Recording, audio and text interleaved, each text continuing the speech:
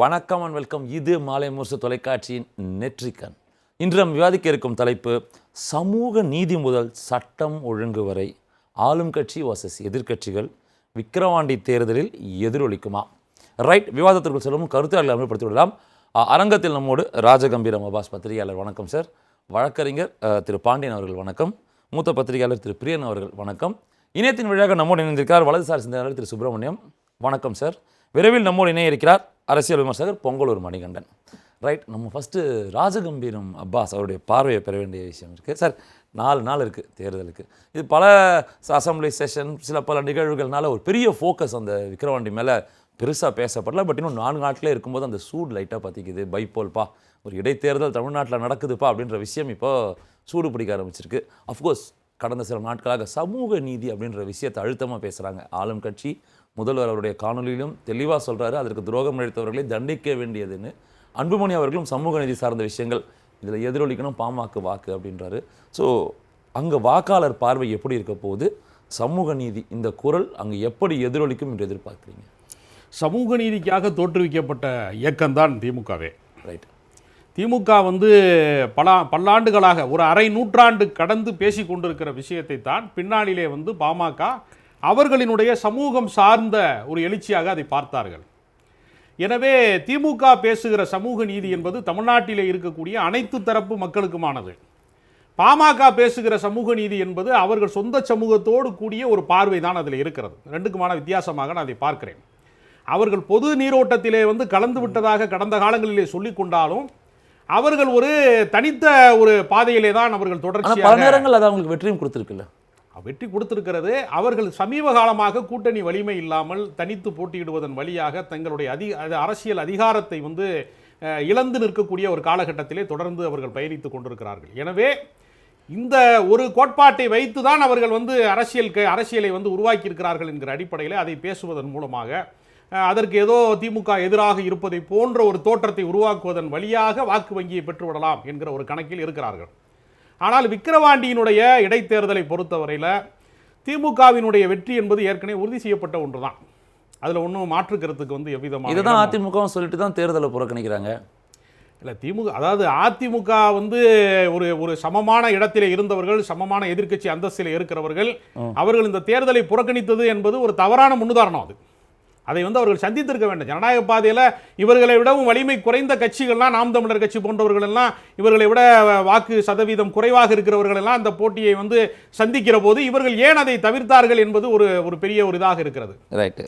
அதனால் அதை தாண்டி திமுகவினுடைய இன்றைக்கு திமுக தொடர்ச்சியாக சமீபத்தில் நடந்த நாடாளுமன்ற தேர்தலில் 40க்கு 40 வெற்றி பெற்றதாக இருக்கட்டும், அவர்கள் அடுத்து நாங்கள் 200 சீட்டுகளை வெல்வோம் என்று சொல்வதாக இருக்கட்டும், கூட்டணி வலிமையாக இருக்கட்டும், கொள்கையாக இருக்கட்டும், சும்மா தேர்தல் அதாவது திருவிழா காலத்தில் கடை போடுறது மாதிரி இல்லாமல் தேர்தல் நேரத்தில் மட்டுமே கூட்டணி அமைத்துக் கொள்ளாமல் ஒரு நிரந்தரமான கூட்டணியை, நீண்ட தூர பயணம் கொண்டிருக்கக்கூடிய ஒரு கூட்டணியை திமுக தொடர்ச்சியாக பயணிக்கிற காரணத்தினால அவர்களை வெல்வது எளிதல்ல என்பது என்னுடைய கருத்து.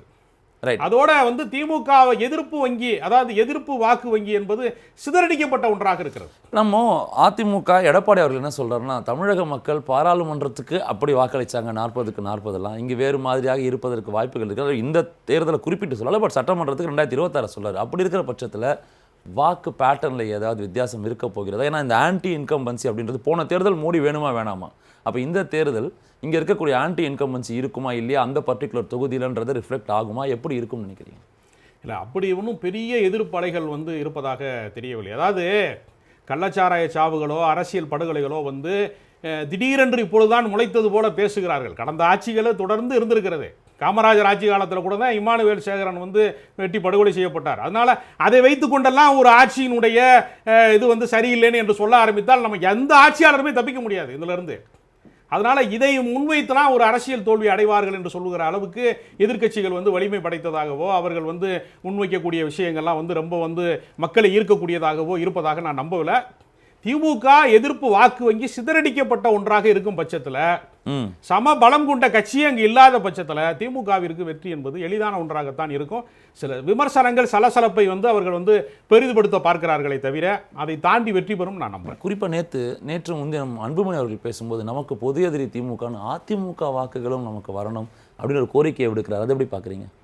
இது அவர்கள் எப்பொழுதுமே என்ன செய்வாங்கன்னா வந்து கூட்டணியில் இல்லாத போது ஒன்று பேசுவார்கள், கூட்டணி இருக்கும்போது ஒன்று பேசுவார்கள், திராவிட இயக்கத்தையே ஒழிக்கணும்னு பேசுவாங்க சில டைம், அப்புறம் வந்து அதிமுக எங்களுக்கு ஆதரவு தெரிவிக்கணும். அதெல்லாம் இந்த நிலைப்பாடுகள் எல்லாம் வந்து அவங்க ஏற்கனவே நிறையா முறை ஆகாய பொல்ட்டி அந்தர் பொல்ட்டிலாம் அடித்து பார்த்துட்டாங்க.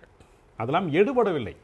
அதனால் வந்து அவர்கள் வன்னியர் வாக்கு அந்நியருக்கு இல்லைலாம் சொன்னாங்க. பொது சமூகத்தை அவர்களால் வந்து வென்றெடுக்க முடியலை. ஒடுக்கப்பட்டவர்கள், தங்களை விட பின்தங்கி இருக்கிறவர்கள், பட்டியலின மக்களோடையெல்லாம் ஒரு பகை வளர்ப்பதன் மூலமாக அரசியலை வளர்த்து கொண்டிருக்கிறார்கள் என்கிற காரணத்தினால அவர்கள் சமூக நீதியை பற்றி பேசுவது, சமூக நல்லிணக்கத்துக்கே அவர்கள் எதிரான ஒரு சூழலிலே தான் அவர்கள் அரசியல் போய் கொண்டிருக்கிறதுங்கிறதுனால அவர்களால் அவ்வளவு எளிதாக வெற்றி பெற முடியாது.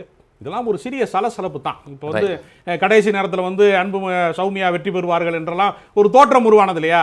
கடைசியில் அது என்ன ஆனது? ஒன்றுமே இல்லை. அவர்கள் வெற்றி பெற்ற தொகுதியிலேயே அவர்கள் வந்து வெற்றியை கோட்டை விட்டிருக்கிறார்கள் என்கிற நிலைமை தான் கடைசியில் வந்தது. அதே முடிவு தான் இங்கேயும் வரும். சுதந்திரம் பெற்றதிலிருந்து நடைபெற்ற ஏறத்தாழ தமிழ்நாட்டில் நடைபெற்ற 35 இடைத்தேர்தல்களில் 30 முறை ஆளுங்கட்சி தான் வென்றிருக்கிறது என்பது கடந்த கால வரலாறு. ரைட், நான் புரிஞ்சுக்கிறேன். அப்படி சுப்பிரமணியம் இந்த கேள்வியை மாற்றி வைக்கணும். சுப்பிரமணியம் சார் ராஜகம்பீரம் அப்பாஸ் பேசின ஒரு விதம் என்னன்னா, குறிப்பாக அதில் வந்து கள்ளச்சாராய சாவுகளோ இல்லை அரசியல் படுகொலைகளோ ஏதோ ஒரு விதத்தில் நடந்தாலும் அது பெரிய பாதிப்பையோ ஒரு பெரிய சலசலப்பையோ அது எதிரொலிக்காது. விக்கிரவாண்டி தேர்தலில் அங்கே இருக்கிற டைனமிக்ஸ் வேறு, அங்கே இருக்கிற விஷயங்கள் வேறு. அங்கே இன்ஃபேக்ட் வந்து தேர்தலில் அதிமுகவும் போட்டிட்டு இருக்கணும்ன்றார். அஃப்கோர்ஸ் பிஜேபி தன்னுடைய கூட்டணியில் உள்ள பாமக அந்த களத்தில் இருந்தாங்க. அண்ணாமலை கடந்த 2 வார்த்தை பேச்சுகளும் சலசலப்பை ஏற்படுத்தியிருக்கு அதிமுக மத்தியில். ஸோ ஒட்டுமொத்தமாக நீங்கள் அந்த கள நிலவரத்தை குறிப்பாக 4 நாட்களில் இருக்கக்கூடிய விக்கிரவாண்டி இடைத்தேர்தலை எப்படி பார்க்குறீங்க?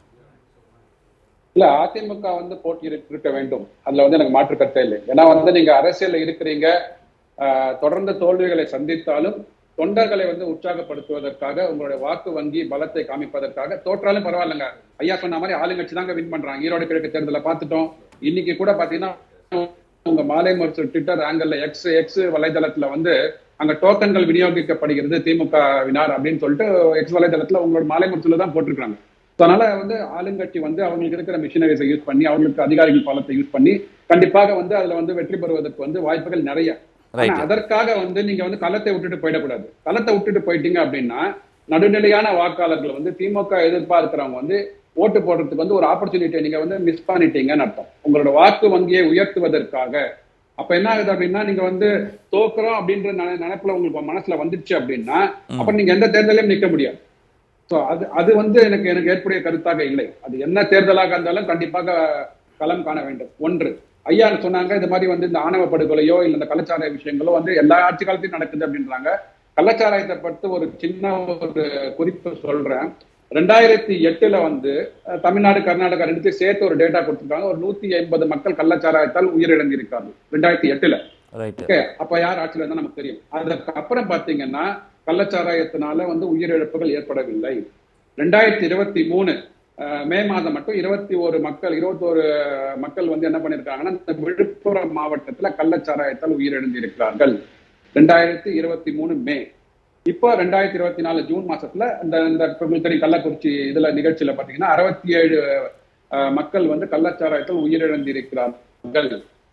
இப்போ இந்த டேட்டா எல்லாம் பாத்தீங்கன்னா திமுக அரசாங்கம் இருக்கின்ற போதுதான் இந்த கள்ளச்சாராயம் சாவுகள் வந்து நிகழ்ந்து கொண்டிருக்கின்றன. இதை வந்து எப்படி நம்ம வந்து மறுக்க முடியும் இல்லைங்களா?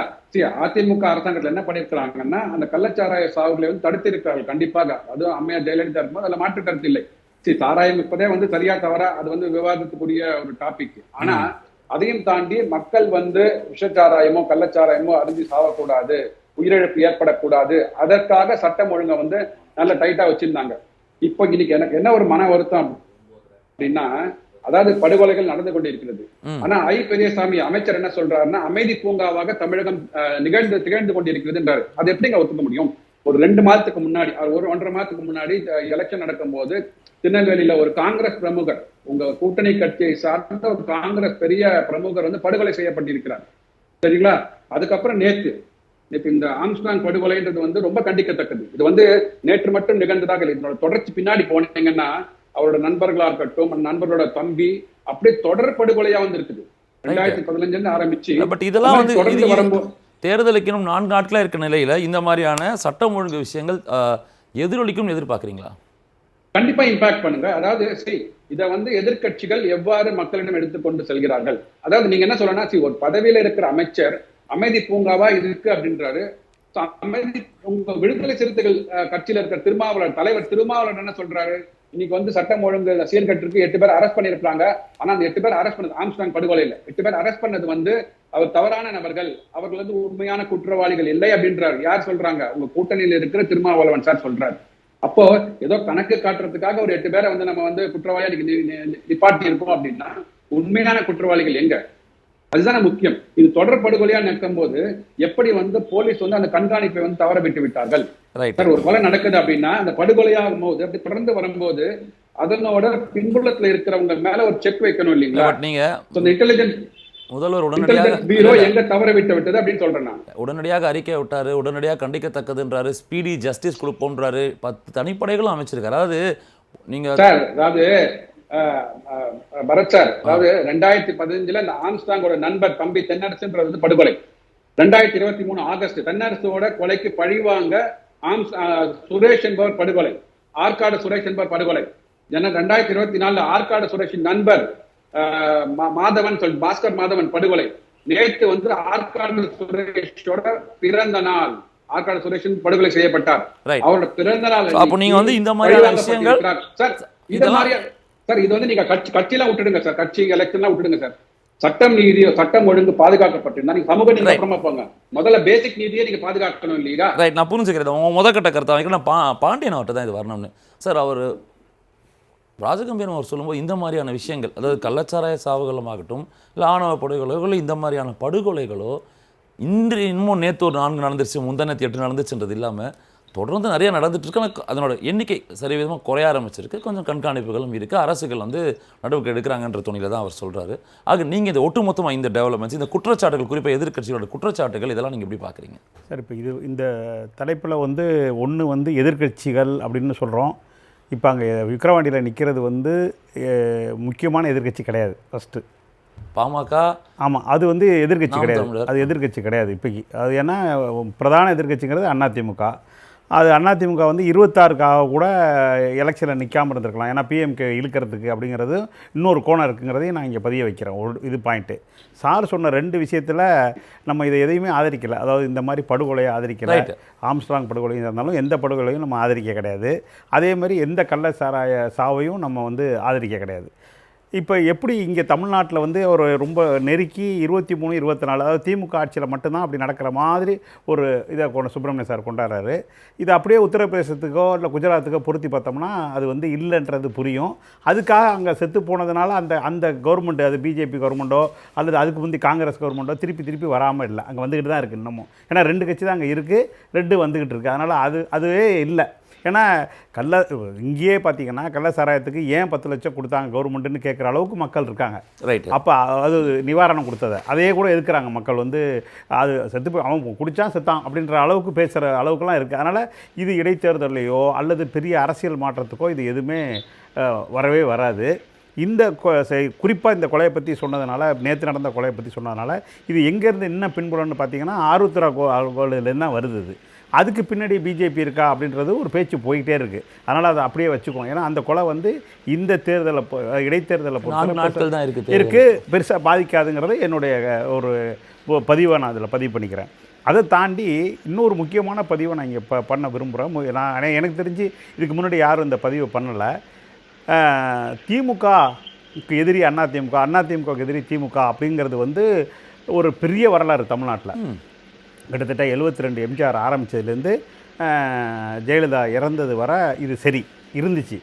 ஆனால் இப்போ அது மாறிக்கிட்டு இருக்கு அப்படிங்கிறத வந்து நான் இந்த இடத்துல பதிவு பண்ண விரும்புகிறேன். அப்படி ஒன்றுமே வராது, வரப்போகிறதும் கிடையாது. ஆனால் திமுகவும் அதிமுகவும் இருக்கணுமான்னு கேட்டிங்கன்னா இருக்கணும்னு சொல்கிறதுல எனக்கு 2 கருத்தை கிடையாது. இடத்தை இட்டு நிரப்புறது தான் இன்றைக்கி வெற்றிடமாக இருக்குன்றீங்களா? இல்லை, வெற்றிடம் கிடையாது. அது வந்து அதிமுக தான் இருக்கும். ஆனால் அந்த பகை உணர்வு, அந்த தீய சக்தின்னு சொல்கிறாங்க பாருங்கள் அதிமுகவில் சில பேர், அது வந்து திமுக நோக்கி இனிமேல் வைக்க முடியாது. ஏன்னா இப்போ இங்கே என்ன மேட்ரு அப்படி முக்கியமானதுன்னு கேட்டிங்கன்னா, அப்போ எல்லாம் காங்கிரஸ் இருந்துச்சு சென்ட்ரல் கவர்மெண்ட்டில். அப்போ காங்கிரஸுங்கிறது வந்து ஆட்சியை பல இடத்துல கலைச்சா கூட, எம்ஜிஆர் ஆட்சியே கலைச்சிருக்கு 80ல் கலைச்சா கூட, அது வந்து இந்த இங்கே உள்ள மாநில கட்சிகளுள்ள உள்ள அரசியலில் வந்து பெருசாக தலையிட்டதாக வரலாறு கிடையாது.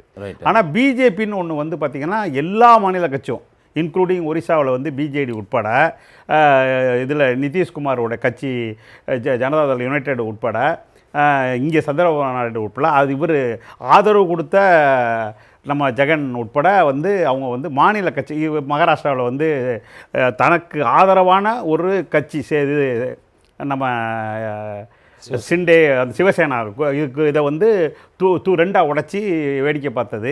கடைசியில் ரிசல்ட் என்ன அப்படின்னு பார்த்தீங்கன்னாக்கா சில ஸ்டேட்டெலாம் உங்களுக்கு சாதகமாக அதுக்கு அமைஞ்சிருக்கு, பல ஸ்டேட்டில் அது சாதகமாக அமையலை.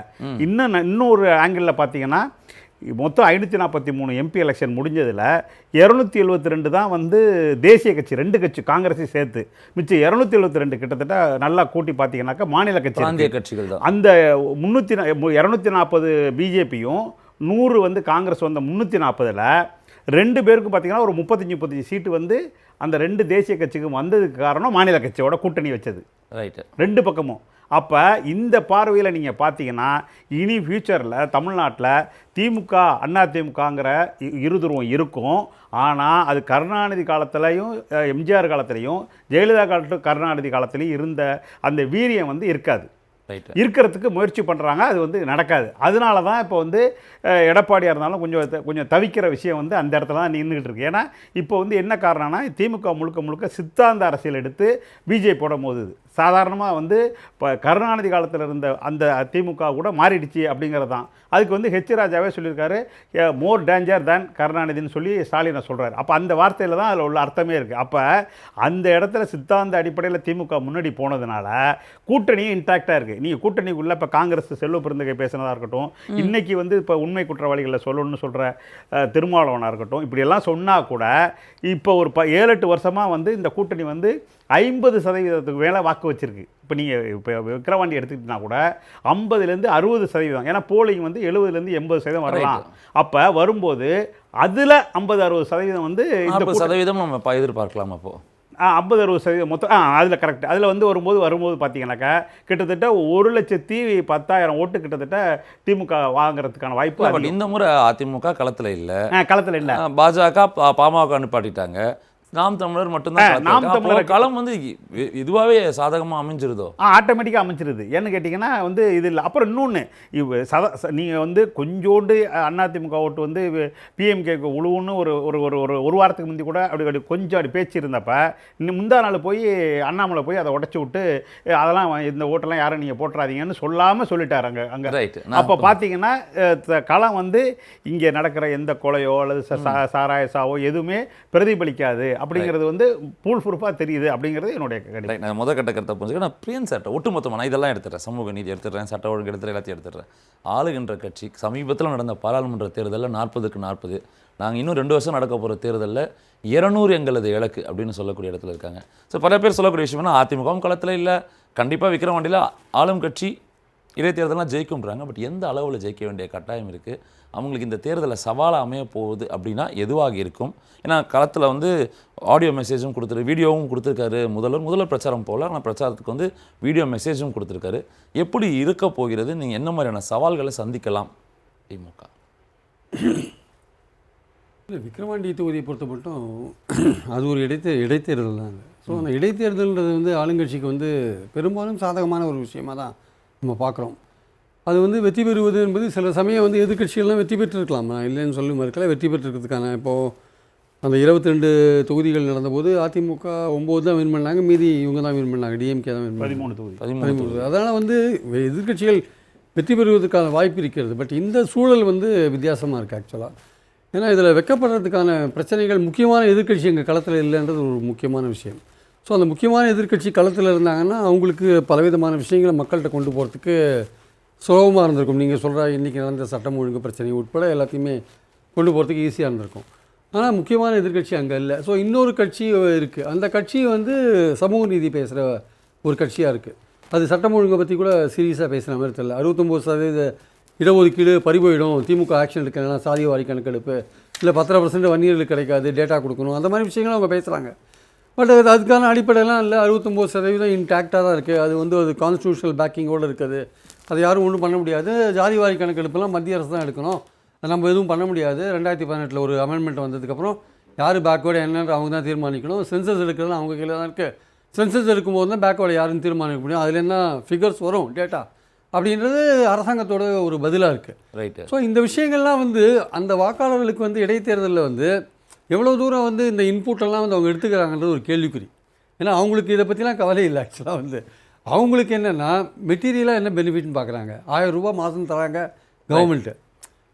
அங்கே பல தொகுதியில் அந்த காணொலியில் வந்து குடும்பங்களை சென்றடையக்கூடிய திட்டங்கள் என்னென்ன அப்படின்னு ஒரு பட்டியல் போடுறாரு முதல்வர். அதான் சொல்கிறேன், அதுதான் அங்கே பேசு பொருளாக இருக்குது. ஆக்சுவலாக வந்து இப்போது ஒரு ஃபேமிலியில் நான் போன வாரம் நான் போனபோது ஒரு ஃபேமிலியில் நான் கேட்டபோது அவர் என்ன சொல்கிறாரு, அந்த குடும்ப தலைவர் என்ன சொல்கிறாரு, அவர் ஜாதி அபிமானம் காரணமாக வேற மாதிரி சொல்கிறார். அந்த பெண் என்ன சொல்கிறாங்க, என்ன சார் 1000 ரூபா கொடுக்குறாரு ஸ்டாலின், அவருக்கு ஓட்டு போடாது, யாருக்கு சார் ஓட்டு போடுறது? ரைட்டு. ஸோ அப்படின்னு ஒரு விஷயத்தை வந்து ஒரே குடும்பத்தில் ஹஸ்பண்ட் ஒரு மாதிரி சொல்கிறார். ஸோ பெண்களுடைய ஓட்டு கணிசமாக திமுகவுக்கு இருக்குன்றதை நம்ம பார்க்குறோம். ஸோ இந்த சட்டம் ஒழுங்கு, இந்த ஆம்ஸ்ட்ராங் கொலையெல்லாம் வந்து இந்த கவர்மெண்ட்டுக்கு வந்து ஒரு கெட்ட பேரை உண்டாக்கியிருக்குன்றதுல சந்தேகம் இல்லை. அதை வந்து நம்ம தள்ளி விட்டுட்டுலாம் போக முடியாது. இது வந்து ஒரு கெட்ட பேரை உண்டாக்கியிருக்கு. கள்ளச்சாராய சாவு எப்படி ஒரு பிளாக் மார்க்கோ அந்த மாதிரி இது ஒரு பிளாக் மார்க் தான். ஏன்னா துணிஞ்சி வந்து பட்டப்பகலில் ஒரு அரசியல் தலைவரை கொலை பண்ணலான்றது வந்து ஒரு பேசுபொருள் தான். ஆனால் என்னென்னா அது இந்த விக்கிரவாண்டி காலத்தில் அது எடுபடாதுன்றது தான் பாயிண்ட். இத்தனைக்கும் கொலை செய்யப்பட்டவரும் பட்டியலினத்தவர் தான். அங்கே பெரும்பாலான ஓட்டு திமுகவுக்கு விழப்போகிற ஓட்டும் பட்டியலினத்து ஓட்டு தாங்க. ஆனால் அந்த ஓட்டுகள் வந்து இந்த கொலை காரணமாக மாறுவதற்கான வாய்ப்பு இல்லை. ஏன்னா பட்டியலினத்தவருக்கு வந்து அதோட பாமக வரக்கூடாதுன்னு தான் முக்கியம் அதில் ஆக்சுவலாக. அதனால் பாமக வரக்கூடாதுன்றதுக்காக அவங்க இந்த கொலை நம்ம பட்டியலினத்தொருத்தர் இறந்து போயிட்டார் சென்னையில்னா, ஆம்ஸ்ட்ராங் வந்து சென்னையை விட்டு வெளியில் அவ்வளோ தூரம் புகழ்பெற்றவராக இருக்காருன்னா அது கிடையாது. ஆனால் சென்னையில் வந்து பகுஜன் சமாஜில் மாநில தலைவராக இருக்கார், ஓரளவுக்கு தெரிஞ்சவராக இருக்கார், மீடியாக்கெல்லாம் தெரிஞ்சவராக இருக்கார். அவர் கொலை செய்யப்பட்டது அதிர்ச்சி ஊட்டக்கூடிய ஒரு விஷயம். அது வந்து சட்டம் ஒழுங்கை பார்த்து நேரடியாக கேள்வி கேட்குற ஒரு விஷயமா இருக்கிறத நம்ம பார்க்குறோம். பட் இதெல்லாம் வந்து அங்கே போய் எடுபடுமானா எடுபடுறதுக்கான விக்கிரவாண்டியில் எடுபடுறதுக்கான வாய்ப்புகள் இல்லை. அங்கே இந்த கவர்மெண்ட்டுடைய பெர்ஃபார்மன்ஸ் தான் எடுபடுது. இலவச பஸ் பயணம் எடுபடுது, 1000 ரூபா கொடுக்கறது எடுபடுது, புதுமை பெண் திட்டம் எடுபடுது. இந்த மாதிரி பல விஷயங்கள் இங்கே எடுபடுறதை நம்ம பார்க்குறோம். அதனால் பாமக வைக்கிற சமூக நீதி கோட்பாடாகட்டும், அங்கேயே அதே ஊர்லேயே அவர் என்ன சொல்கிறாரு ஸ்டாலின், கோவிந்தசாமி அவர்களுக்கு நாங்கள் தான் மணிமண்டபம் கட்டுறோம், அங்கே 21 பேர் இறந்து போனாங்க, அவங்களுக்கு வந்து பென்ஷன் கொடுக்குறது யாருன்னு பார்த்தீங்கன்னா டிஎம்கே தான் கொடுக்குறாங்க. அது மாதிரி வந்து அவங்க அந்த இடஒதுக்கீடு தியாகிகள்னு சொல்லிட்டு அவங்களுக்கு கொடுத்துட்ருக்காங்க. ஸோ இந்த மாதிரி பல விஷயங்கள் வந்து திமுகவும் பண்ணிட்டு இருக்காங்க. அன்புமணி என்ன சொல்றாரு, 20% பிற்பட்டவர்களுக்கு கொடுத்ததே கருணாநிதி தானே சார். பாமக எம்எல்ஏ தேர்ந்தெடுக்கப்பட்டால் அடுத்த வாரமே 10.5% முயற்சிகளும் அதை நிறைவேற்றுவதற்கான வேலைகளும் தொடங்கும்ன்றாரு. அதை வந்து திமுக கவர்மெண்ட்டே பண்ணலான்றது என்னுடைய கருத்து. ஆக்சுவலாக அதை திமுக கவர்மெண்ட் பண்ணாத இருக்காங்க. ஏன்னா 1989 இந்த எம்பிசி வந்து 20%. அவங்க டேட்டா குவான்டிஃபையபிள் டேட்டா கேட்குறாங்க. அப்போ தான் அவங்க கொடுப்பேன்னு சொல்லிட்டு சுப்ரீம் கோர்ட் சொல்கிறாங்க. குவான்டிஃபையபிள் டேட்டானா என்னென்னா 89 இதை அப்ளை பண்ண பிறகு இன்றைக்கி வரையும் அந்த எம்பிசி 20%ல் மொத்தமாக எவ்வளோ கவர்மெண்ட்டில் வேகன்சி ரைஸ் ஆச்சு, அதில் எவ்வளோ வன்னியர்கள் இருக்காங்க, அது கரெக்டாக அவங்களுக்கு உரிய அவங்க மக்கள் தொகைக்கு ஏற்ப உரிய இது கிடச்சிதா இல்லையா அப்படின்ற ஒரு விஷயம் இருக்குது. இன்னொன்று வந்து எத்தனை எஜுகேஷன் இன்ஸ்டியூஷன்ஸில் எவ்வளோ வேகன்சி இருந்தது, அதில் எவ்வளோ பேரை வன்னியர்கள் நீங்கள் அகாமடேட் பண்ணீங்க. 100 பேருக்கு நீங்கள் வன்னியர்கள் 20% கோட்டால் 20%ல் வன்னியர்களுக்கு எவ்வளோ கிடச்சி, இந்த ஃபிகர்ஸை வந்து ஸ்டாலின் கவர்மெண்ட்டே எடுக்கலாம். எடுத்து அது குவான்டிஃபையபிள் டேட்டாவாக கொடுக்கறதுக்கான வாய்ப்புகள் இருக்குது இந்த 10.5. பட் அந்த விஷயத்தை பண்ண முடியாது. 69% கூடிய விஷயத்தை வந்து சாதி வாரியான கணக்கெடுப்பு வந்து அவங்க தான் எடுக்கணும். ஆக்சுவலாக அது இவங்க ட்ரை பண்ணலாம். டிஎம்கே கவர்மெண்ட் 10.5 வந்து ட்ரை பண்ணி பார்க்கலாம். 69% வந்து அது ஸ்ட்ராங்காக கான்ஸ்டியூஷன் பேக்கிங் இருக்கிறதுனால அதை வந்து சுப்ரீம் கோர்ட் ஒன்றும் பண்ண முடியாதுன்றது என்னுடைய கருத்து. அதுதான் திமுக கவர்மெண்ட் கருத்தாகவும் இருக்குது. சாதிவாரி கணக்கெடுப்பு எடுக்கணுன்றது நிச்சயமாக ஸ்டேட் கவர்மெண்ட்டால் முடியாது. பேக்வேர்டு கிளாஸஸ் ஐடென்டிஃபை பண்ணுற உரிமையை வந்து மத்திய அரசு எடுத்துட்டாங்க.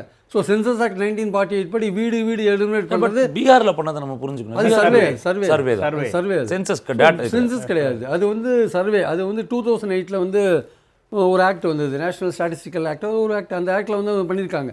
இந்த சர்வே யார் வேணால் எடுக்கலாம். சர்வே வந்து டோட்டலாக வந்து மைக்ரோ லெவலில் அது ப்ரொஜெக்ட் பண்ணாது, ஒரு ஐடியா கொடுக்குமே தவிர அது எக்ஸாக்ட் ஃபிகர் கிடையாது ஆக்சுவலாக. அதனால் அந்த டிஎம்கே கவர்மெண்ட் அந்த பாயிண்டில் ஸ்ட்ராங்காக இருக்காங்க. அது வந்து நம்ம பண்ண முடியாதுன்ட்டு. ஆனால் அதே சமயம் 76வது சட்ட திருத்தம்படி, அரசியல் சட்ட திருத்தப்படி தான் அந்த 9வது ஷெட்யூலில் 69% இருக்குது. அது யார் வந்தாலும் ஒன்றும் பண்ண முடியாதுன்றதான் முக்கியமான பாயிண்ட். யாராவது பண்ணினாங்கன்னா அது தமிழ்நாடு கவர்மெண்ட்டுக்கு மட்டும் இல்லை, தமிழ்நாட்டில் இருக்கிற பிசிக்கு மட்டும் இல்லை, ஆல் இந்தியா லெவலில் இருக்கிற பிசியே ஒட்டுமொத்தமாக கொதித்து எழுந்துருவாங்க. ரைட், நான் உங்களுக்கு முதற்கட்ட கருத்தை புரிஞ்சுக்கிறேன். பொங்கலூர் மணிகண்டன் நம்மளோட இணைஞ்சிருக்காரு, அவர்கிட்ட நம்ம பேசுவோம். பொங்கலூர் சார் வணக்கம். வணக்கம். அதாவது இன்னும் 4 நாட்களே இருக்குது தேர்தலுக்கு. சமூக நீதி அப்படின்ற வார்த்தை, அஃப்கோர்ஸ் அதிமுக இந்த தேர்தல் புறக்கணிப்பு, அதற்கான காரணங்களும் அவங்க சொல்லியிருக்காங்க. இந்த தேர்தல் 4 நாட்கள் இருக்கிற சூழ்நிலையில் சமூக நீதின்ற வார்த்தை பரபரப்பாக பேசப்படுது. அப்போ களத்தில் இருக்கக்கூடிய பாமகவும் சரி, ஆளுகின்ற திமுக தரப்பிலிருந்தும் சரி, முதல்வர் வெளியிட்ட காணொலியும் சரி, அதை தாண்டி சில சட்டம் ஒழுங்கு கேள்விகளும் எழுப்பப்படுகிறது தேர்தலுக்கு 4 நாட்களுக்கு முன்னாடி. இது விக்கிரவாண்டி தேர்தலில் எதிரொலிக்குமா? நேரடியாக தலைப்பு அப்படியே அவங்க கிட்ட கொண்டு வந்து போட்டுருந்தா உங்களுடைய கருத்துக்கள். சமூக நீதி என்று சொன்னாலே அதிமுக தான். அதிமுகவுடைய பொதுச் செயலாளர் மறைந்த முதலமைச்சராக இருந்த மறைந்த புரட்சித் தலைவி அம்மா அவர்கள் சமூக நீதி காத்த வீராங்கனை என்கிற பட்டத்தையே திராவிட கழகத்தின் தலைவர் வீரமணி அவர்கள் அளித்தார்கள். 69% இடஒதுக்கீட்டை உண்மையிலேயே இந்தியாவிலேயே சட்டப்பூர்வமாக்கியவர் அம்மா அவர்கள் தான். அப்போ அது மட்டுமல்ல, சமூக நீதி என்பது கடைக்கோடி மக்களுக்கும் அதிகாரங்கள் சென்றடைய வேண்டும் என்ற நோக்கத்தில் தான் அதிமுகவில் எளியவர்களாக இருந்த ஒவ்வொருவரையும் சட்டமன்றத்துக்கும் நாடாளுமன்றத்துக்கும் அனுப்பி வைப்பதோடு அமைச்சரவையில இடம்பெற செய்து மிகப்பெரிய சாதனை செய்து அதிமுக. இந்த அளவிலும் அதிமுக மட்டும்தான் எளிய மனிதர்கள் யாராக இருந்தாலும் கட்சி தலைவர்களுக்கும் வர முடியும், ஆட்சி பொறுப்புக்கும் வர முடியும் என்ற நிலை இருக்கிறது. ஆனால் திமுக வெறும் தேர்தலுக்காக மட்டும்தான் இந்த வார்த்தையை பயன்படுத்தக்கூடிய கட்சியிலோ ஆட்சியிலோ அவர் குடும்பத்தை தாண்டி யாரும் மீறி மாறி செயல்படவே முடியாத நிலை தொடர்ந்து கொண்டே இருக்கிறது. இன்னொன்று, சட்ட ஒழுங்கு பத்தி சொன்னீங்க. அதாவது சட்ட ஒழுங்கு உண்மை சொன்னால் இந்தியாவிலேயே மிக மோசமான நிலையில் இன்றைக்கு தமிழ்நாடு இருந்து கொண்டிருக்கிறது. அதாவது சட்ட ஒழுங்கில் முழுமையாக என்னுடைய கட்டுப்பாடு இருக்கும் என்று முதலமைச்சர் சொன்னார். தேர்தலுக்கு முன்பு சொன்னார், தேர்தலுக்கு பிறகும் சொன்னார். ஆனா முதலமைச்சர் கையாளக்கூடிய அந்த துறை இன்றைக்கு, அது குறிப்பா உளவுத்துறை மிகவும் மோசமாக தோற்று போயிருக்கிறது. ஏன்னா பாருங்க, கடந்த தீபக் ராஜான ஒரு நபர் நெல்லை படுகொலை செய்யப்பட்டார். அதுக்கு பிறகு காங்கிரஸ் கட்சியுடைய மாவட்ட தலைவர் ஜெயக்குமார் படுகொலை செய்யப்பட்டார். அதுக்கு பிறகு படிப்படியே பாருங்க, இப்போ ஒரு தேசிய கட்சியினுடைய ஒரு மாவட்ட தலைவர் ஆம்ஸ்டாங் சென்னையில கொலை செய்யப்படுகிறார். மிக மோசமான மணிகண்டன் சார், நான் சொல்றேன், இந்த கொலைகள் கண்டிக்கத்தக்கது, இந்த மாதிரியான நிகழ்வுகள் வந்து நடக்காம இருக்கணும், நிச்சயம் இல்லைன்னு சொல்லலாம். ஆனா இது உடனடியாக நாங்கள் நேர அரசியல் கணக்கு போடுறோமோ? ஏன்னா கம்பீரம் அவர்கள் பேசும்போதும் வார்த்தை சொல்றார், சார் இதெல்லாம் வந்து இப்போ மட்டும் இல்லை சார், கடந்த 10 ஆண்டு அதுக்கு முன்னாடி தொடர்ந்து ஆட்சியாளர் இருக்கிற காலத்தில் நடந்துக்கிட்டே தான் இருக்கு. நம்ம அதை வந்து இங்கே ஒரு அரசியல் ஸ்பின் ஆஃப் கொடுக்குறோம் அப்படின்ற ஒரு வாதத்தை தான் அவர் வைக்கிறார். இது நடக்காமல், இது நேற்று மட்டும்தான் இதெல்லாம் நடந்திருக்கு, இல்லை முந்தானத்து நடந்திருக்குன்றது வாதம் வைத்தால் சரி அப்படின்ற இடத்துக்கு அவர் வராரு. நீங்கள் தொடர்ந்து நடந்துக்கிட்டு தான் இருக்கு, மாறி மாறி ஆட்சிகள் வரும்போதுன்றாரு.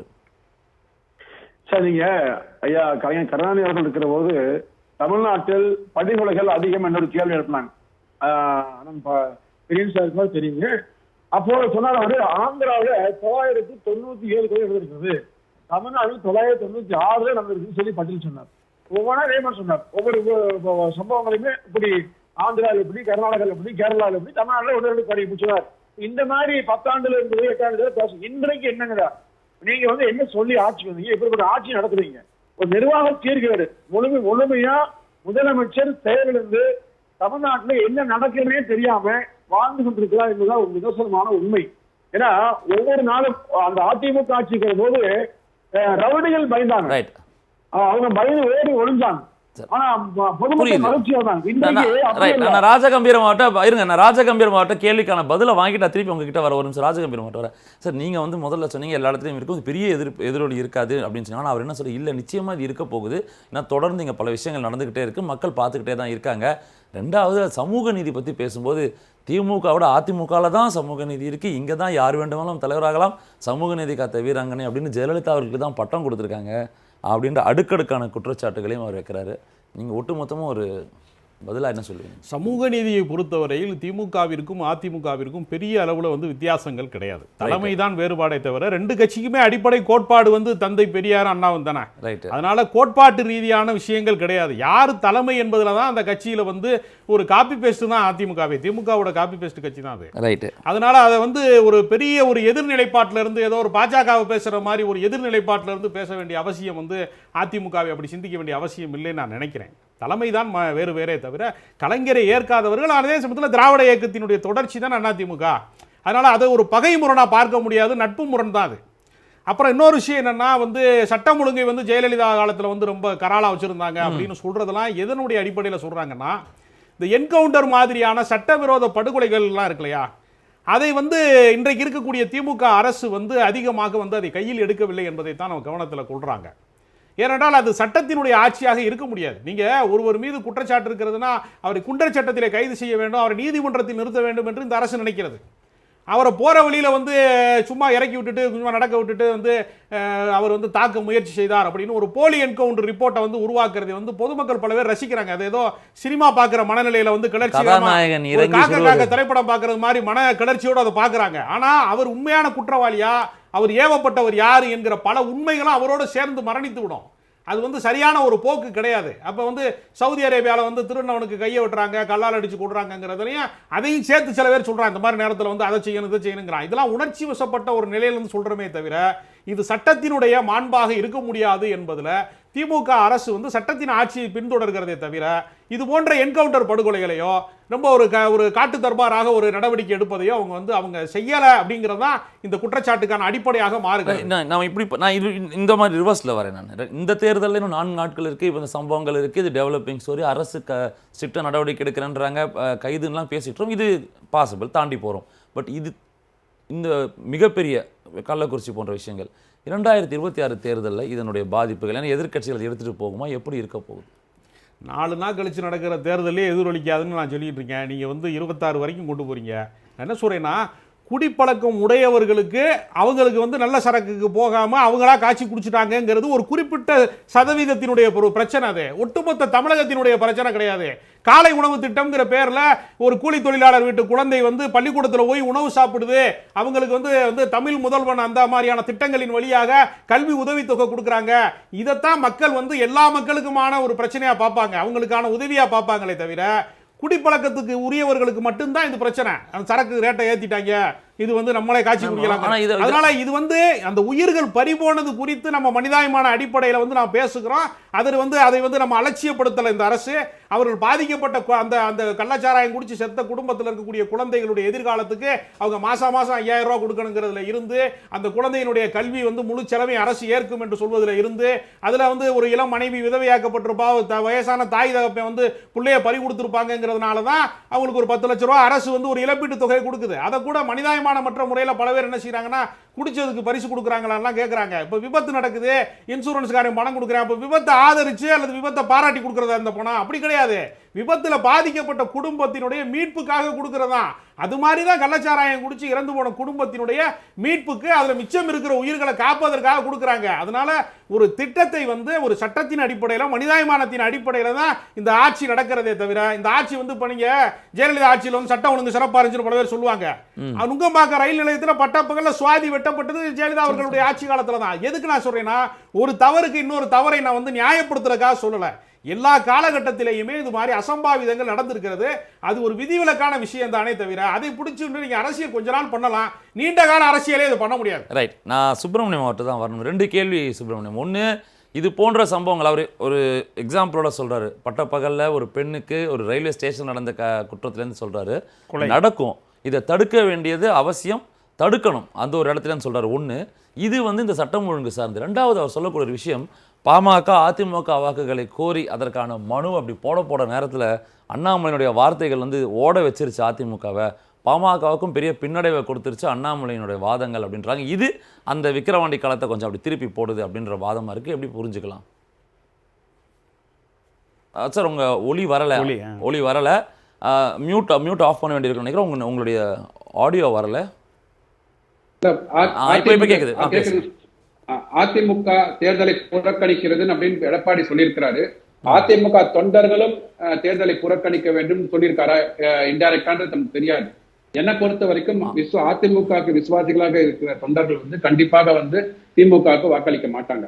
அதுல நடுநிலையாக இருக்கிற வாக்காளர்கள் தான் இந்த 3 பக்கமா பிரிஞ்சு போறாங்க. பாத்தீங்களா, திமுகவுக்கு போவாங்க, நாம் தமிழுக்கு போவாங்க, என்டிஏ கூட்டணிக்கு போறாங்க. இங்கதான் எந்த சதவீதத்துல போறது.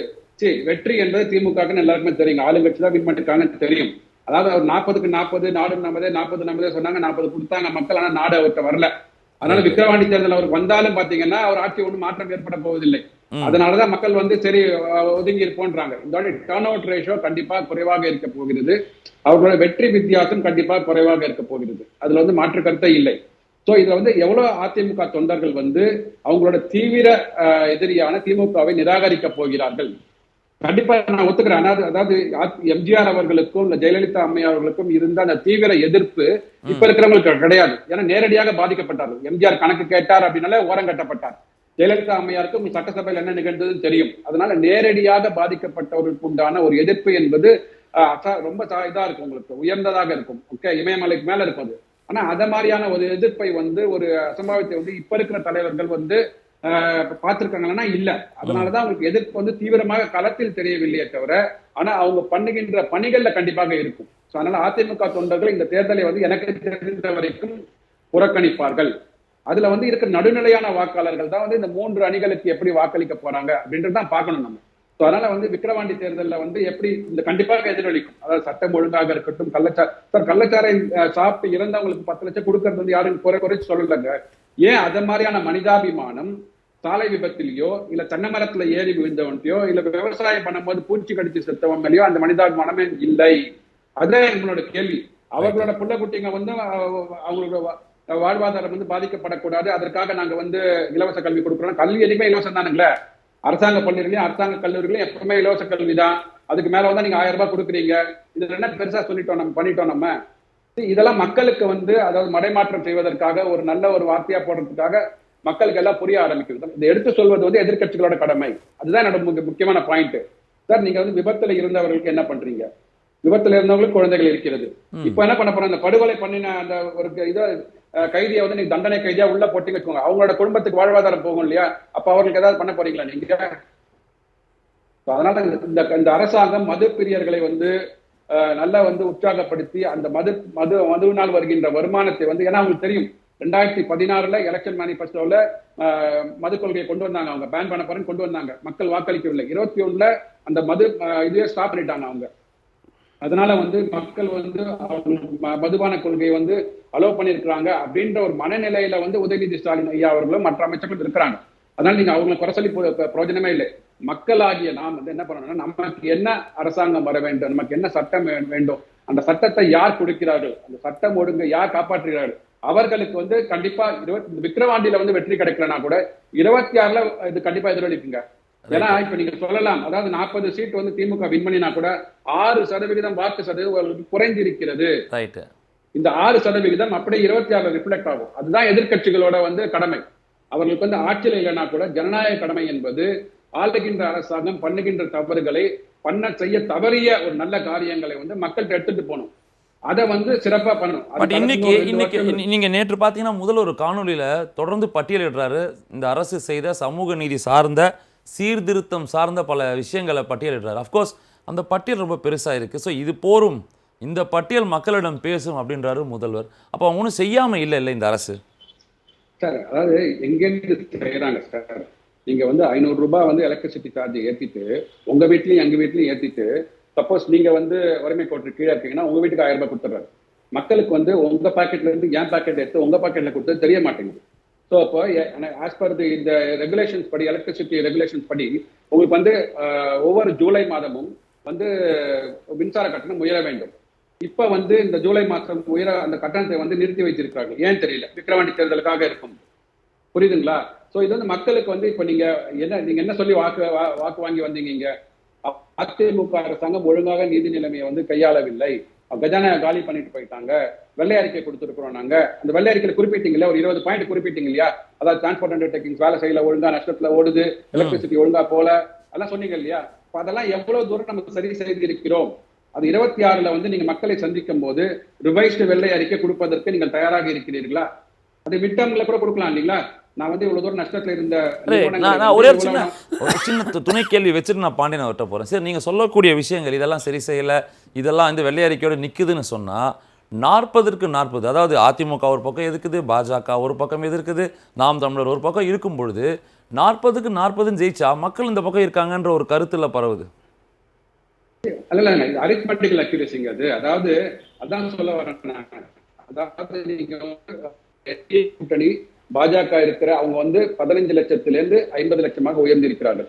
அதாவது இப்ப நீங்க பாத்தீங்க அப்படின்னா இவங்க ஆடுறதெல்லாம் வந்து நெட் பிராக்டிஸ் மாதிரி, இல்ல வந்து டெஸ்ட் மேட்ச் ஐபிஎல் ஃபைனல்ஸ் போறதுக்கு முன்னாடி உள்ள ரவுண்ட் ராபின் மேட்ச் மாதிரி தான் இந்த இடைத்தேர்தல் எல்லாம். இதுல வந்து உங்களோட வாக்கு வங்கியை வந்து உயர்த்தி கொண்டு போய்விட்டு 26ல என்ன பிரச்சனை வந்தது? அதிமுகவும் பாஜகவும் யார் வந்து அப்ப வந்து லீட் பண்ண போறாங்க, யார் முதலமைச்சர், அந்த கேள்வியில தான் வந்து அவர்களை விட்டு விரிசல் வந்ததே தவிர கொள்கை ரீதியாகவோ திமுகவை எதிர்ப்பது என்ற கொள்கை ரீதியில வந்து விரிசல் வரவே இல்லை அவங்கள்ட்ட.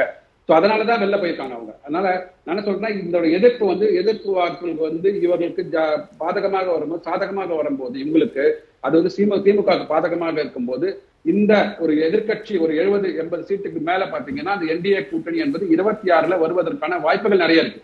அதனோட புள்ளி விவரத்தை புரிந்து கொண்டுதான் அண்ணாமலை என்ன சொன்னார்னா, நம்ம வந்து அதிமுக கூட பயணித்தால் பிஜேபியை வந்து தமிழகத்துல வளர்க்க முடியாது. சோ அவர்கள் வந்து தனி கட்சியாக இருக்கிறார்கள், பெருங்கட்சியாக இருக்கிறார்கள், அந்த மாற்று கருத்தே இல்லை. இரண்டாவது பெரிய கட்சி அதிமுக, யாருமே அவரே ஒத்துட்டாங்க.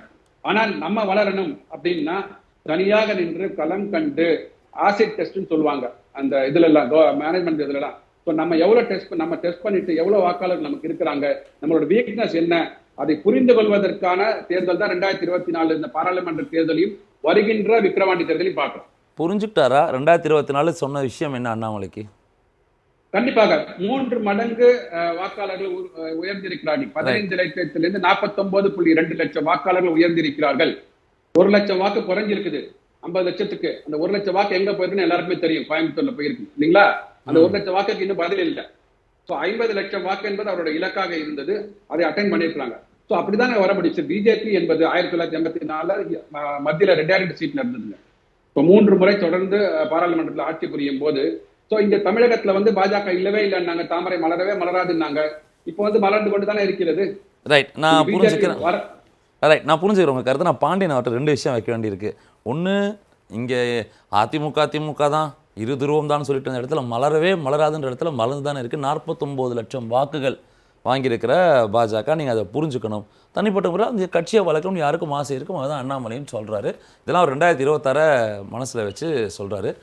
திமுகவின் வாக்குகள் 40க்கு 40 அரித்தமேட்டிக்காக நீங்கள் கூட்டணியில் இருந்து போட்டாலும் 6% குறைஞ்சிருக்கு. இதை நீங்கள் இங்கே 40க்கு பொறுத்தாமல் 234 பொருத்தினா மிகப்பெரிய பாதிப்பு இருக்கும். நீங்கள் பாருங்கள், ஒருவேளை என்டிஏ கூட்டணியும் வரலாம் அப்படின்னு அவர் ஒரு கொஸ்டின் மார்க்கும் வைக்கிறாரு. ஸோ இதெல்லாம் வச்சு பார்த்தா இதை தாண்டி உங்கள் எட்டின தூரத்துக்கு என்ன தெரியுது? இப்போ 14ல் வந்து மோடி வந்து எவ்வளோ சீட்டு வந்தாருன்னு எல்லாமே நம்ம பேசி முடிச்சிட்டோம். அப்புறம் 19ல் திருப்பி எவ்வளோ வந்தாச்சுன்னு பேசிட்டோம். இப்போ 0.7% பிஜேபியோட வாக்கு சதவீதம் ஆல் இண்டியா லெவலில், அதாவது ஒன்றிய லெவலில் இந்தியாவில் வந்து குறைஞ்சிருக்குங்கிறத சுப்பிரமணியம் சார் ஒத்துக்குவார். எனக்கு தெரிஞ்ச அதில் மாற்று கருத்து கிடையாது. சீட்டுமே நீங்கள் 2லேருந்து அவ்வளோ போனதை நானும் ஒத்துக்கிறேன், 303 போனதை ஒத்துக்கிறேன். இப்போ 240 வந்ததையும் எல்லாருக்கும் தெரிஞ்ச விஷயம். அதில் ஒன்றும் பெரிய டிஸ்பியூட் எதுவுமே வரப்போகிறதில்ல. இது வந்து முக்கியம். அதிலேயே நான் முதலே சொன்ன மாதிரி ஒரு 40 தொகுதி, கிட்டத்தட்ட 35லேருந்து 40 தொகுதி வந்து மாநில கட்சிகளுடைய கூட்டணியை கூட அது மத்திய அரசு பாஜக சொல்லக்கூடிய விஷயம். 6% தமிழ்நாட்டுக்கு வந்துருவோம். தமிழ்நாட்டு 6% நான் ஒத்துக்கிறேன். அதில் ஒன்றும் புள்ளி வரத்தை நான் போய் மறுக்கிறதுக்கு அங்கே வேலை கிடையாது. அதனாலே அதையும் கூட நான் ஒத்துக்கிறேன். இப்போ 14ல் இதே 18% தான் வந்துருச்சு பிஜேபி. அப்போ அண்ணாமலை கிடையாது, சீனில் கிடையாது. இப்போ ரொம்ப பிரமாதமாக செய்கிறதாக சொல்லப்படுகிற அந்த அண்ணாமலை வந்த பிறகு அதே 18% தான் வந்திருக்கு. அப்போ என்ன வளர்ச்சி இல்லைங்கிறத வந்து உள்ளுக்குள்ள ஒத்துக்கிறாங்க. வெளியில போன தேர்தலை கம்பேர் பண்ணி பார்த்தா, ஏன்னா சரிஞ்சாச்சு, 18லேருந்து சரிஞ்சு மேலே ஏறி வரும், அதெல்லாம் பார்க்கணும். நீங்கள் போனதை தானே பார்க்கணும். இல்லை, 14லையும் 18, 24லையும் 18ங்கிறது என்னுடைய பாயிண்ட்டு. அதுக்கப்புறம் 19ல் இப்போ சில பேர் கூட சொல்கிறாங்க, இப்போ சில அதிமுக முன்னாள் மந்திரியும் சரி, பிஜேபியில் தமிழிசை உட்பட என்ன சொல்கிறாங்கன்னா, அதிமுகவும் பிஜேபி கூட்டணி இருந்திருந்தால் வந்திருக்குன்னு சொல்லி. அதே தானே அதிமுகவும் பிஜேபியும் தானே தேசிய முன்னணிங்கிற அடிப்படையில் 19ல் நடந்துச்சு. அப்போ தோல்வி தானே அடைச்சாங்க, ஒரு சீட்டு தானே. அப்போ அதுவும் தோல்வி தான். இப்போ 26ல் ஒருவேளை இப்போ ஒரு 2 சொல்கிறாரு. ஒன்று, அதிமுக விட்டுட்டு தனியாக தான் பிஜேபி நிற்கணும், அது ஆசிட் டெஸ்ட்டுன்றாரு. நான் அதை வரவேற்கிறேன். தனியாக நின்று பிஜேபி வரட்டும், அது அண்ணாமலை முதலமைச்சராக கூட ஆகட்டும், நமக்கு அதை பற்றி மாற்று கருத்தே கிடையாது. ஆனால் அதிமுக இருக்கணும்னு சொல்லி அதிமுகவில் சில பேரும் பிஜேபியில் சில பேரும் இன்னமும் சொல்லிக்கிட்டு இருக்காங்க. 19ல் என்ன நடந்துச்சுங்கிறத மறந்துட்டாங்க. பிஜேபியோட கூட்டணி சேர்ந்தால் என்னங்கிறத விக்கிரவாண்டியில் இப்போ பிஎம்கே அனுபவிக்க போகுது. அதனால் பிஜேபியோட தமிழ்நாட்டில் மத்தியில் மோடி இருந்தாலும் அல்லது மோடியே மாறி பிஜேபி ஆட்சி இருக்கிற வரை இங்கே வந்து திமுக கூட்டணி தான் ஜெயிக்கும். அதில் எந்த மாற்று கருத்தும் கிடையாதுங்கிறது தான். என்ன காரணம்னா, இது சித்தாந்த அடிப்படையில். அப்புறம் சாதி அடிப்படையில் யார் எந்த ஒரு சாதி சங்க சார்பாவோ அல்லது தனிப்பட்ட முறையிலையோ இங்கே தமிழ்நாட்டில் பல வருஷங்கள் நின்று ஜெயிச்சதே கிடையாது யாருமே. அது வந்து பாட்டாளி கட்சின்னு சொல்லலை, யாருமே ஜெயிச்சதில்லை. 1954 ஒரு இடைத்தேர்தலில் காமராஜருக்கு சம்பந்தம் இல்லாத குடியாத்தம், அவருக்கு தொகுதி விருதுநகர், அவருடைய கேஸ்டோ எதுவோ எல்லாம் இங்கே கிடையாது. ஆனால் குடியாத்தத்தில் 54 நின்று அவர் ஜெயித்தார். அப்போ அதுதான் தமிழ்நாடு. அதனால் இது இந்த பெல்ட்டு, அது அந்த பெல்ட்டு, அதுக்காக கேண்டிடேட்டு போகிறது வேணால் இந்த 2 அரசியல் கட்சி திமுகவும் அதிமுக கூட அந்த தவறை செஞ்சுக்கிட்டே இருக்காங்க. ஆனால் இங்கே அது கிடையாது. அதுக்கான ஒன்றும் இல்லை. சென்னையில் போய் நீங்கள் வந்து யார் எந்த 20 தொகுதியிலையும் எந்த கேஸ்ட்னு யாரையும் சொல்ல முடியாது. அப்போ அது வந்து இங்கே பெரிய பங்கே ஆற்றாது சாதிங்கிறது. அதனால் கவலையே பட வேண்டாம். தமிழ்நாட்டில் எப்படி பேருக்கு பின்னாடி எந்த சாதி யாருக்குமே இல்லையோ தமிழ்நாட்டில், அதே மாதிரி இந்த எலெக்ஷன்லேயும் சாதி வந்து பெரிய பங்கு வகுக்காது. அது மாநில தேர்தலாக இருக்கட்டும், ஒன்றிய தேர்தலாக இருக்கட்டும், எதுலேயும் நடக்காதுங்கிறதா என்னுடைய பாயிண்ட். ரைட். நான் பிரியன் சார்கிட்ட வர வேண்டிய கட்டாயம் இருக்குது. நம்ம தொடர்ந்து பேசக்கூடிய நகர்வு என்னென்னா, இந்த இடைத்தேர்தலே வந்து நீங்கள் தொடக்கத்திலே சொன்னீங்க இது ஆளுங்கட்சிக்கான வெற்றி அப்படின்ற மாதிரி சொன்னீங்க. அப்போது 40-40 இந்த இடைத்தேர்தலும் வெற்றி அப்படின்னா அந்த 200 அப்படின்ற ஒரு கனவு நோக்கி நகரக்கூடிய திமுகவிற்கு பிரைட் ப்ராஸ்பெக்ட் தெரியுதா? இல்லை, இந்த 40க்கு 40 வெற்றி பெற்றதில் அந்த உள்ளே இருக்கிற அசம்பிளியில் 222 கான்ஸ்டியூன்சியில் டிஎம்கே லீடிங்கில் இருக்குதுன்னு அவர் சொல்கிறார். அதான் அந்த 200 பேச வேண்டிய காரணம் என்னென்னா, 222 அசம்பிளி கான்ஸ்டியூன்சியில் லீடிங்கில் இருக்காங்க அவங்க. திமுகவோட வரலாற்றிலேயே அதிகபட்சமாக 71 வந்து 184 சீட்டு வாங்கியிருக்காங்க. ரைட்டு. அப்போ காங்கிரஸ் கூட்டணி இருந்தது ஒரு பக்கம் இருந்தது, அது கூட வாங்கினாங்க. ஸோ பாயிண்ட் என்னென்னா வந்து 200ன்றது வந்து இது மோடி சொன்னார் ஆப்கி வார் 400 பார். அது இங்கே அப்ளை ஆகலை, இங்கிலாண்டில் அப்ளை ஆகிருக்குது. மோடி சொன்னது எங்கள் லேபர் பார்ட்டிக்கு அப்ளை ஆகிடுது ஆக்சுவலாக. ரைட். ஸோ இங்கே வந்து பாயிண்ட் இங்கே என்னென்னா, இந்த விஷயத்தில் வந்து 200ன்றது வந்து ஒரு லட்சியமாக சொல்கிறார். எப்படி மோடி 400 சொன்னாலும் அது மாதிரி ஒரு 200 சொல்கிறார். 200ன்றது உங்களுக்கு வந்து இப்போது ஆட்சிக்கும் எதிரான ஒரு ஆன்டி இன்குபன்சி இருக்குன்றதை மறுக்க முடியாது. இருக்குது. அது வந்து இந்த வெற்றி வித்தியாசம் குறைஞ்சது தான் இந்த 6% போனதுக்கு காரணம். ஆக்சுவலாக பல தொகுதிகளில் வந்து போன வாட்டி வாங்கின வித்தியாசமும் இந்த வாட்டி வாங்கின வித்தியாசமும் கொஞ்சம் குறைஞ்சிருக்கு, வாக்குகள் இழந்திருக்கு. அதுதான் அந்த ஆன்டி இன்குபன்சி அங்கே பிரதிபலிச்சிருக்கு ஆக்சுவலாக. ஸோ வரப்போகிற காலகட்டத்தில் வந்து இந்த 2 வருஷ காலகட்டத்தில் என்ன மாதிரியான கூட்டணிகள் அமையும் 26 அப்படின்னு இப்போ நம்மளால் சொல்ல முடியாது. அதிமுகவும் பாஜகவும் சேருமா, அதிமுக வலிமையாக ஒன்றுபடுமா, இல்லை விஜயும் சீமானும் சேருவாங்களா, இல்லை சீமான சீஃப் மினிஸ்டரை வச்சு பாஜக சப்போர்ட் பண்ணுமா, இந்த மாதிரி ஒரு தேரியெல்லாம் நிறைய பேர் விட்டுன்னு இருக்காங்க. அந்த மாதிரி தேரியெல்லாம் ஓடிட்டுருக்கு நடுவில். ஸோ எப்படிப்பட்ட ஒரு காம்பினேஷன்லாம் வரும்னு நமக்கு சொல்ல முடியாது. அதனால் ஒரு காம்பினேஷன் உறுதியாக இருக்குது.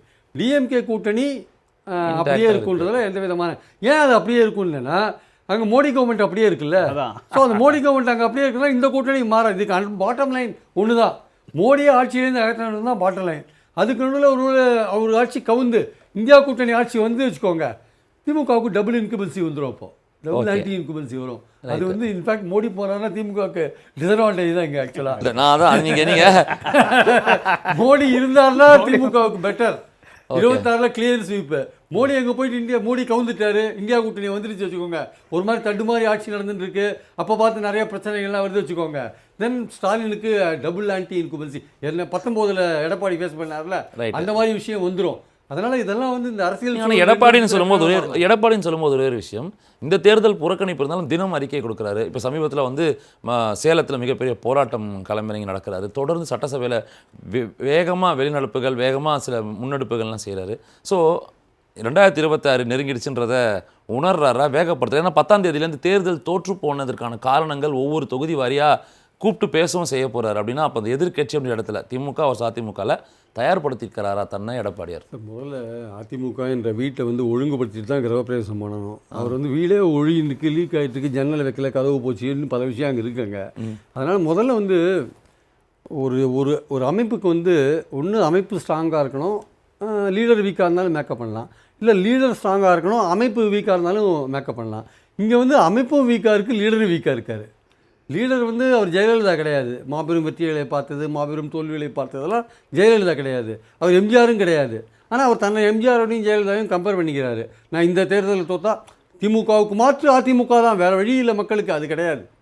அதிமுகவுக்கு எப்போ தெரியுமா மாற்று? நீங்கள் ஸ்ட்ராங்காக இருந்தால் தான் மாற்று, நீங்கள் வீக்காக இருந்தால் நீங்கள் மாற்று இல்லை. அந்த இடத்துல வேற ஒருத்தர் வந்து உட்காந்துப்பார். ரைட்டு. அதனால் நீங்கள் ஸ்ட்ராங்காக இருக்கீங்களா, அதிமுக ஸ்ட்ராங்காக இருக்கா? ஓபிஎஸ் ஒன்றும் இல்லாத தனி மனுஷன் சொன்னீங்க, அப்போ உங்கள் ரெட்டையிலையும் அவருக்கு பின்னாடி போச்சு. தினங்களுக்கு ஒன்றுமே கிடையாதுன்னு சொன்னீங்க, அவருக்கு பின்னாடி உங்கள் இது போச்சு. ஏன் உங்கள் கோயம்புத்தூர் உங்கள் கோட்டைன்னு சொன்னீங்க, அண்ணாமலையை உங்களால் பின்னுக்கு தள்ள முடியல, அவர் முன்னாடி 2வது வந்து உட்காந்துருக்காரு.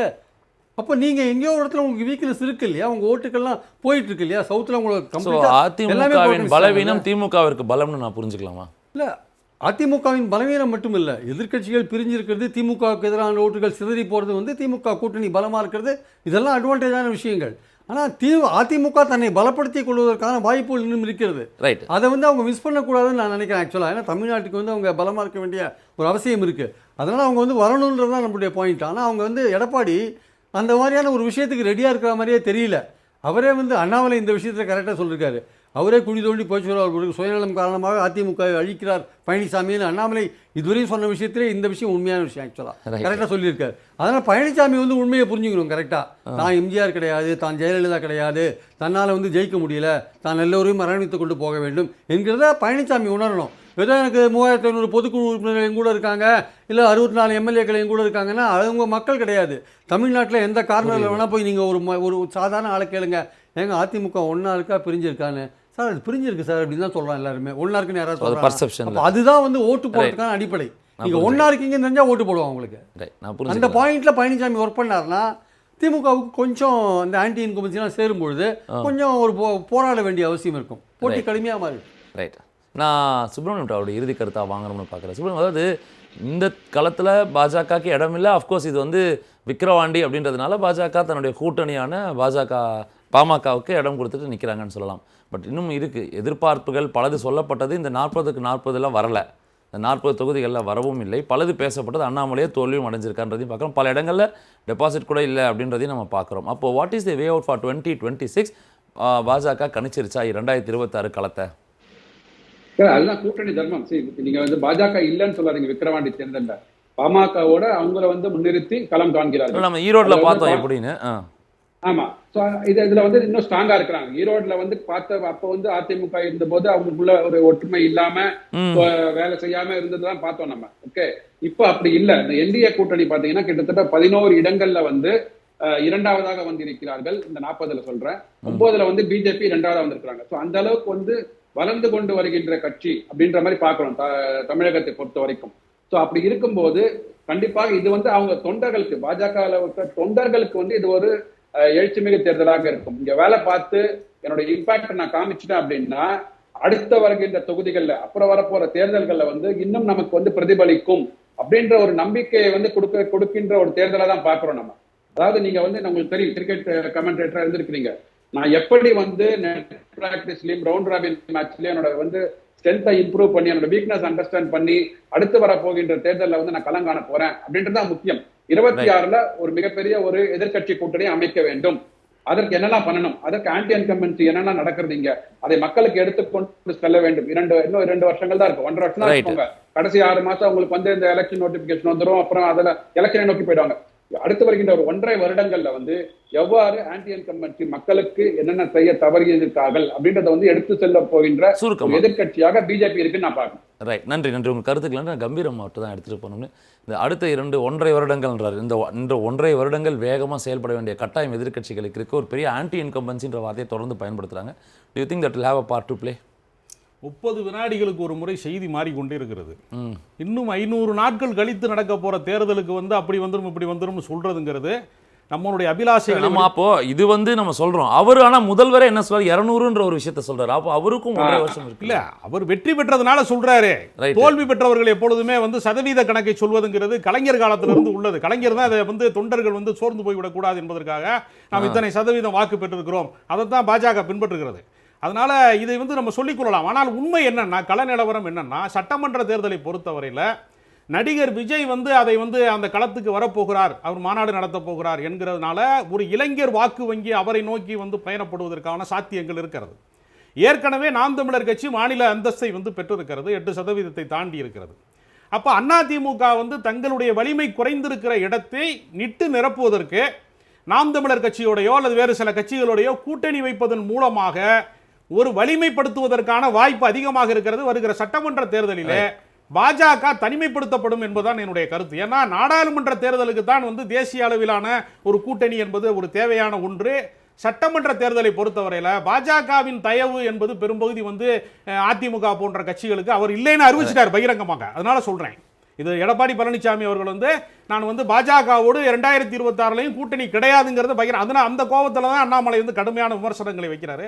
அதனால பாஜக வந்து அவர்கள் கட்சியை வளர்க்கலாமே தவிர அவர்களுக்கு இன்னும் நெடுந்தூர பயணம் இருக்கிறது. தமிழ்நாட்டினுடைய நலன்களுக்கு நீங்கள் ஆளுகிற மத்திய அரசாங்கம் வந்து நன்மைகளை செய்தால் தான் வாக்கு வங்கியில வந்து நீங்க அடுத்த கட்டத்துக்கு போக முடியுமே தவிர இன்றைக்கு இருக்கக்கூடிய வியாக்கியானங்கள்லாம் உங்களுக்கு எந்த வகையிலும் பயன்படாது, பின்னடைவை தான் சந்திக்கும் நான் நினைக்கிறேன். அவங்க கருத்தை புரிஞ்சுக்கிறேன். இறுதி கருத்து உங்ககிட்ட இருந்து பிரியன் சார் ஒரு பாயிண்ட் வந்து சுருக்கமாக. சட்டசபை தேர்தலில் வந்து தமிழ்நாட்டு மக்கள் என்றைக்குமே மாநில கட்சிகளை தான் ப்ரிஃபர் பண்ணுவாங்க.